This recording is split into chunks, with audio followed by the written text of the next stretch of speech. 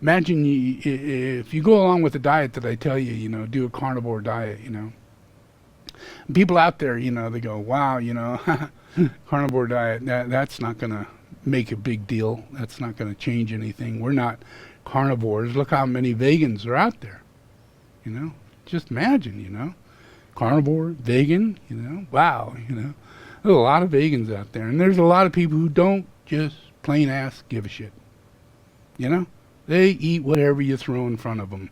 So we can't call them anything other than gluttonous.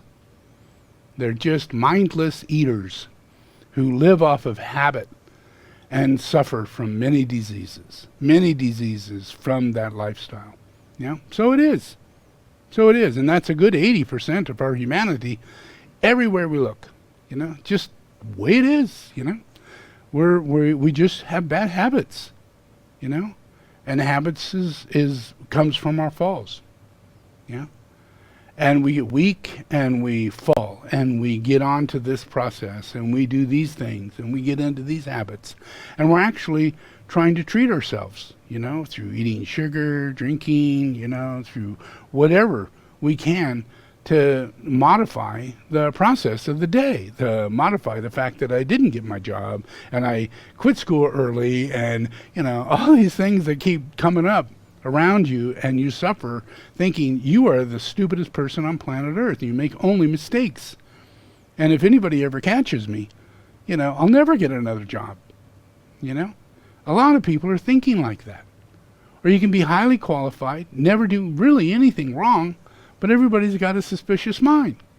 So you never can prove yourself, despite the fact that you're great, you're wonderful, you're auspicious, as a matter of fact. But too much distrust and too much temporariness, doesn't allow people to really connect.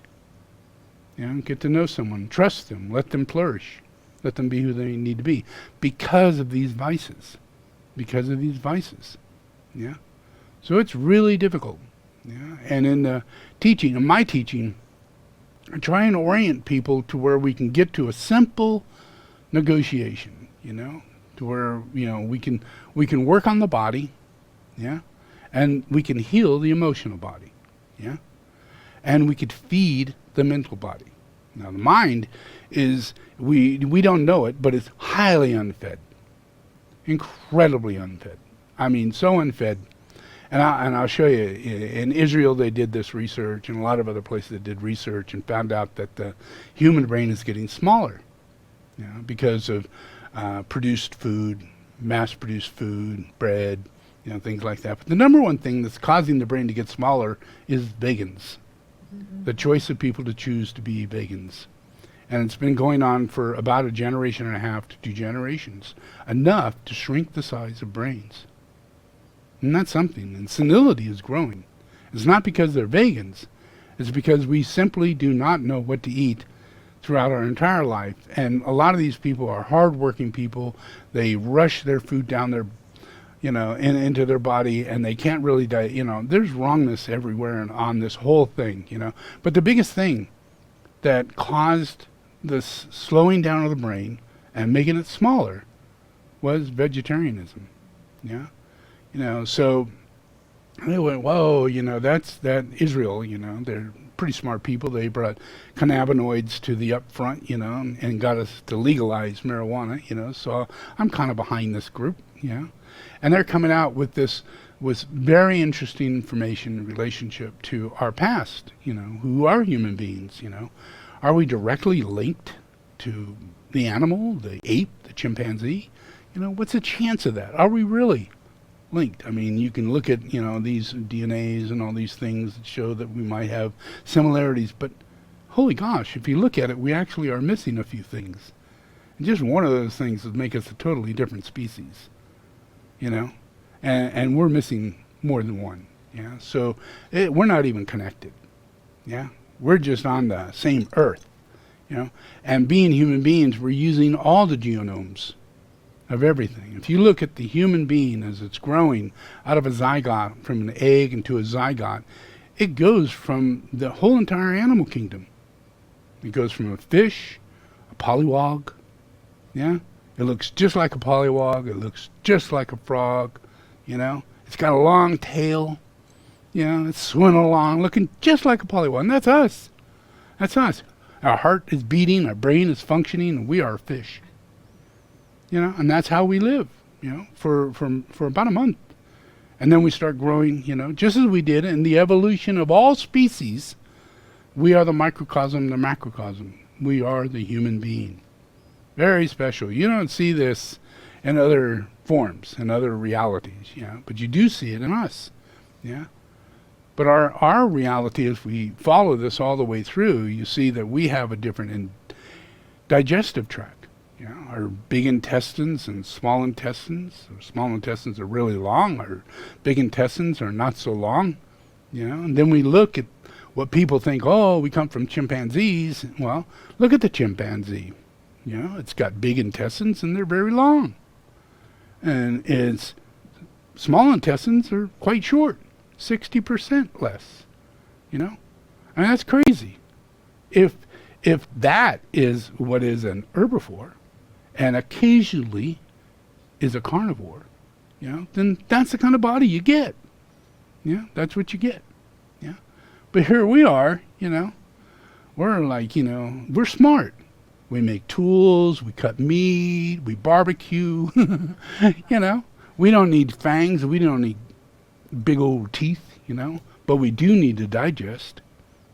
We do need all of this functioning.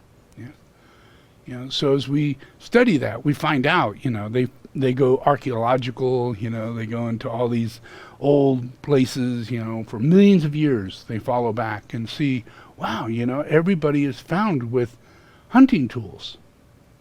They all have hunting tools. So they're all eating meat. They're all living and surviving off of meat. And as that hunting tool process, bows and arrows and more, gets more functional, the bigger the meat, bigger the animals, big buffalo, no problem, got it. The smarter they get. Why? Because their brain is getting bigger. Why? Because they're eating meat. Their brain is getting bigger because they eat meat. And then you go, well, that's a bunch of archaeologists. They, make up shit. People make up shit. So then they went, well, that's true. That's true. So why don't we talk to the Aboriginals who are still here? And these are the same people that go back millions of years, Why don't we go talk to them, see what they did and see what they eat? And by golly, they're all carnivores.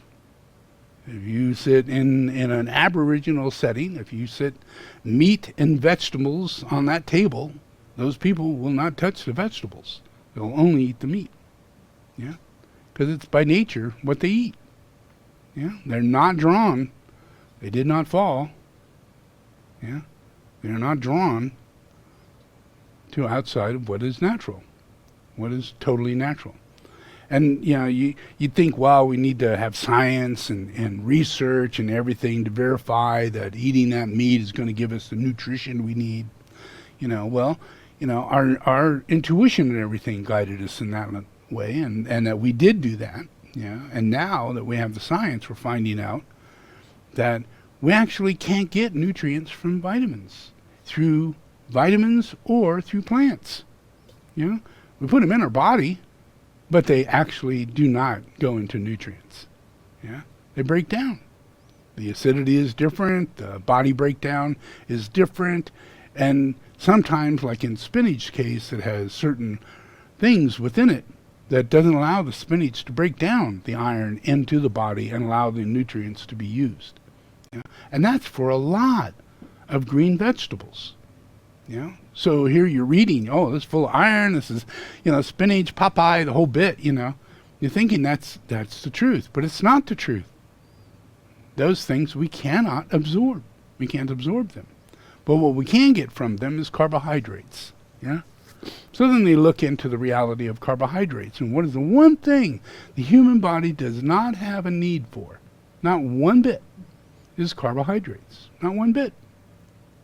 Not even a little bit. No need for carbohydrates. The brain needs fat, needs lipids, needs fat. Needs what comes from meat. Without that, we can't really develop our brain. And we can't develop the other organs. And we can't develop our bones, and we can't develop our cartilage. So what happens?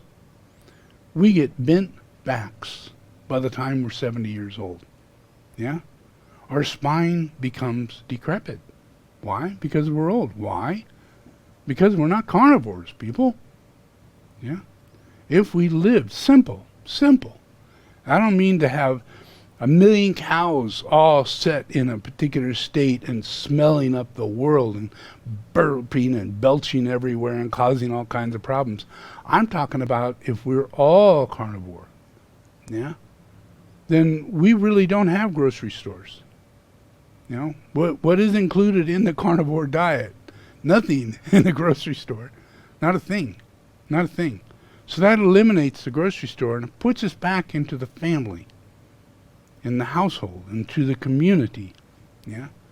And as a community, we need to eat. We need cows. Yeah? So we need pasture. You know, we don't need to get out there and grow all kinds of hay and everything because they eat the grass. They eat really good grass, and we can make grass and just hand them grass, fresh grass, much better than dry hay. Yeah? And that's how we're going to behave, through animal husbandry.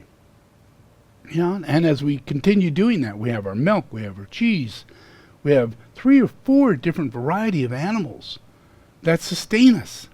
This is sustainability. Yeah? It doesn't go outside that. Yeah? We have fresh water, electricity from solar, from wind. Yeah? We drive electric cars. We have an electric house. Yeah? And we live in a way in which it is sustainable, and by that behavior, inside that behavior, we no longer fall. Yeah? Because we're not given, false objectives, like a false diet. Give a false diet and all of a sudden we're going to have Burger King, grocery stores, all the things I just told you we aren't going to have. We're going to not have them by nature. We're not going to have them. We do not have to make buildings sky high growing freaking vegetables as they think we do, because we have to have vegetables. Only if we want smaller brains. Yeah? Only if we want to de-evolve. Scientifically proved that if we follow that course, we will de-evolve. And that's Elon Musk's brother. Yeah? And if we follow the course of going to Mars, we will die. Yeah? So here's de-evolution and here's death. That's a lot for people to be putting out onto the planet that is harmful.